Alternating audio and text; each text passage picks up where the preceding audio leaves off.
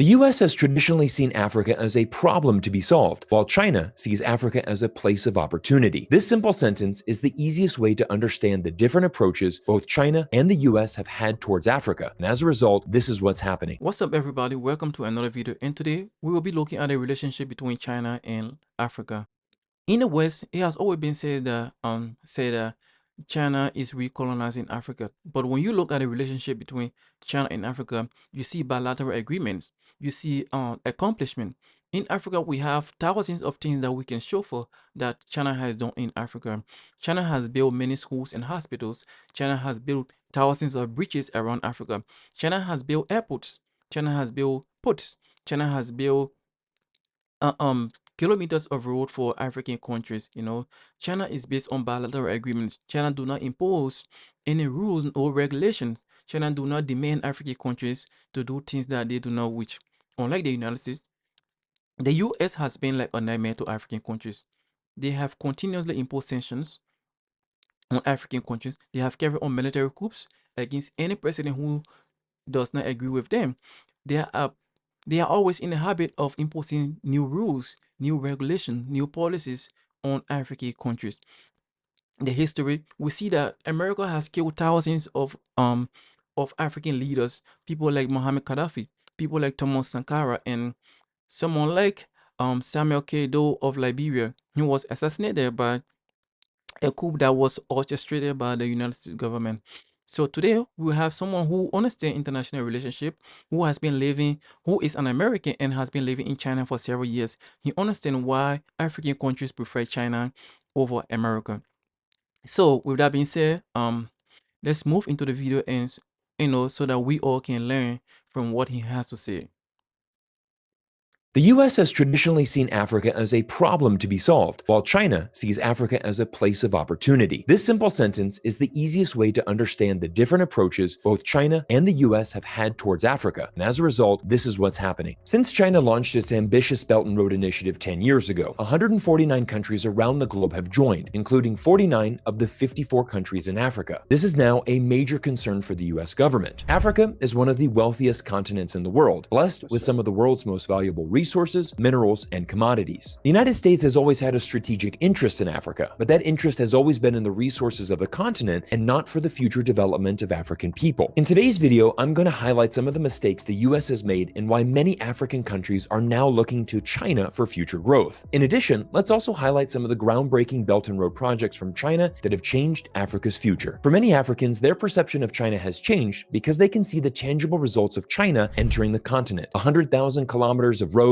10,000 kilometers of railway, over 1,000 bridges, 100 ports, and scores of hospitals and schools. These are the type of projects that give hope to future generations and provide pathways for living a better quality of life. Instead of making similar infrastructure investments in Africa, the US government's primary objective is lecturing African leaders on the dangers of working with China, in hopes that the US can somehow reverse the trend of Chinese investment into Africa. This strategy is not respectful to African nations because the US assumes African leaders don't know how to make the best decisions for their own countries. Here was what Macky Sall, the president of the African Union, recently stated: "When we talk, we're often not listened to, or in any case, not with enough interest. This is what we want to change, and let no one tell us, no, don't work with so-and-so, just work with us. We want to work and trade with everyone." 20 years ago, the US dominated trade in Africa, while China had almost zero presence in the continent. Chinese leaders didn't sit down and strategize on how to stop the United States in Africa. China simply launched its own plans to grab their market share. Fast forward to today, and China is clearly winning the race. In 2022, China's trade with Africa reached $261 billion, an amount nearly 5 times that of the United States. But a statistic that is even more important and really shows how effective China's mission in Africa has been is a recent poll which found 77% of African youth believe China is the most important partner for the future success of their country. But how did America lose its position as leader in Africa? It comes down to one simple mistake. The US government often disrespects smaller, developing countries. Let me explain. When the United States wants to engage with Africa, it treats the continent as one place and fails to address each country individually. When China deals with Africa, it deals with each country individually, giving respect and the chance for each country to voice their individual concerns and needs to China. The lack of respect existing in US foreign policy is a major concern. Listen to what this diplomat from Zimbabwe had to say.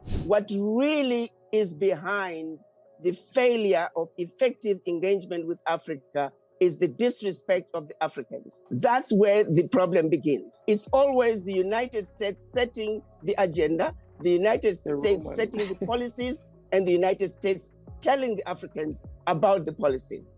That is no way to have any meaningful engagement. Last December, Joe Biden hosted 49 African heads of state in Washington, D.C. for the U.S.-Africa Leaders Summit. Once again, the main objective of the summit was to convince African leaders the United States is a better trading partner than China. But once again, notice the American mistake here. Instead of focusing on our own investments and genuinely wanting to help the people of Africa, the entire goal of the summit was to convince African leaders that America is good and China is bad. Ultimately, it left very few Africans feeling any confidence moving forward. There was a lot of criticism of the last summit like this under President Obama, that there was like no follow through. And what I'm hearing from you is frankly a lot of disappointment and a lot of pessimism about what may come out of this summit. Nothing is going to come out of it because it is a one-sided conversation. So the fact that it is a one-sided conversation, that is yet going to be another useless meeting with no outcomes. The reason this is happening is because there is a disrespect for the Africans.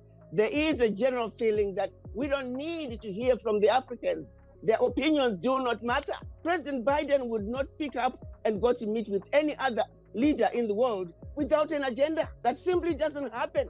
Right. So what makes the U.S. think that they can engage African leaders without an agenda? Once again, the U.S. government set the agenda, set the policies, and informed the African leaders to follow America's plan. Without listening to the needs and want of African leaders, how can any meaningful change be made? Unfortunately, the U.S.-Africa summit was a complete waste of time and will result in no change. We know this to be true because this is the exact same thing that happened in 2014 when President Obama hosted his own version of the U.S.-Africa Leaders Summit. 8 years later, and the U.S. still hasn't learned how to correctly treat Africans.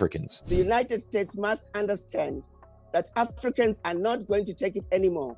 If you don't treat the Africans fairly, United States is going to see itself slowly losing ground to China, to Russia, to all other nations, because without respecting the Africans, without treating the Africans as equal, without understanding that exploitation and abuse of Africa simply cannot continue. Now that we've established the reason behind China overtaking the US, let's shift our focus to highlighting some of the key infrastructure projects that China has built and how these projects have shaped many Africans' perception of China. Let's start with the 760-kilometer Addis Ababa-Djibouti Railway, which connects the capitals of Ethiopia and Djibouti. France was the first country to build a railway between these two countries and did so over 100 years ago. However, the railway had already ceased operation for over 10 years before China came in to rebuild it. Completed in 2016, the new railway has quickly become one of the most important infrastructure projects in the Horn of Africa region, and according to this article from the Ethiopian Monitor, has increased its contribution to Ethiopia's import and export trade by 15%, recording revenues of $47 million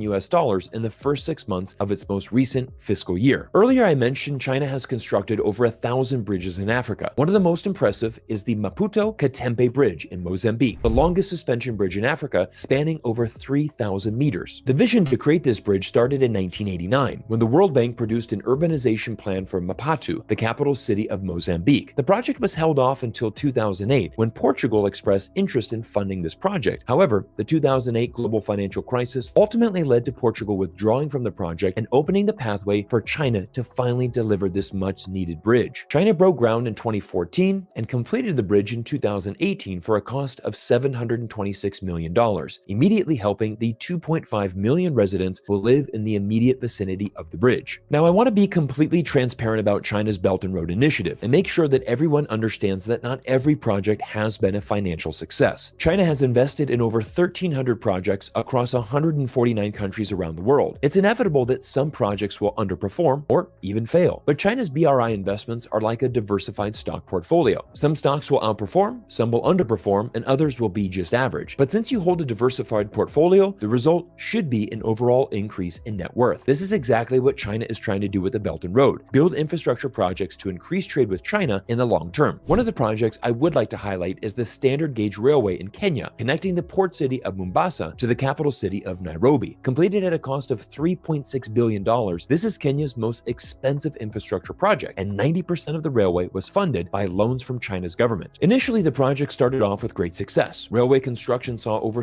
30,000 new jobs created for Kenyan locals, and in the first year of operation, over 5.4 million passengers used the railway. However, despite improving transportation efficiency and reducing travel time and costs, the project has failed to become profitable, leaving the Kenyan government with a significant amount of debt to repay. Critics will argue this railway is being used by China to force Kenya into a debt trap, but these fears are baseless, as throughout the 10-year history of China's Belt and Road Initiative, China has never seized a single asset from a country who defaulted on a loan. For Kenya, building this railway was a needed investment. The only way for a nation to rise from poverty and enter the middle class is by expanding its infrastructure and creating more job opportunities for its local population. China itself has spent hundreds of billions constructing the world's longest and most connected high-speed railway inside of China. Many of these lines have also failed to turn a profit, but they represent an investment in the future. China was able to rise from one of the top 10 poorest countries in the world some 50 years ago to now being the world's second largest economy. One can only hope that Africa and its 54 nations can follow in the footsteps of China and achieve some of the economic prosperity and ultimately have a better quality of life. In conclusion, I hope you enjoyed this deep dive into why China is now Africa's leading trading partner and why it will remain a key economic partner for the future. I believe the days of funding mega projects like this $3.6 billion railway in Kenya are over. As the Belt and Road Initiative evolves, I think China will be more subjective with its spending and look to finance smaller and more sustainable projects. In addition, as China is the world's largest producer of renewable energy, I foresee China focusing its efforts on building more sustainable and green projects around the world. I'll leave you with one final quote from a fan who wrote me a great YouTube comment a couple months ago. Take a look. I'm from Zimbabwe. China is really helping our economy grow. The infrastructure that plagued our economy's growth are being financed and built by China and its companies. They came from gifting us one of the largest parliaments in Africa, and as a Zimbabwean, this truly makes me proud. Yes, things won't be perfect. However, China has facilitated the growth of our economy. Everyone, thank you for spending time with me today here on YouTube, and I hope you enjoyed this deep dive into the Belt and Road Project. We're going to continue our analysis and look at Belt and Road projects around the world, as this year marks the 10-year anniversary of China's Belt and Road. Thank you so much for being part of this video. If you agree with Cyrus, let me know in the comment section. And do you believe that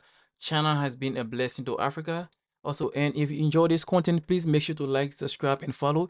You can also follow Cyrus Jensen on his YouTube channel to learn more about Africa, China, and the US relationship. So thank you so much for being part of this channel, and I'll see you in my next recording.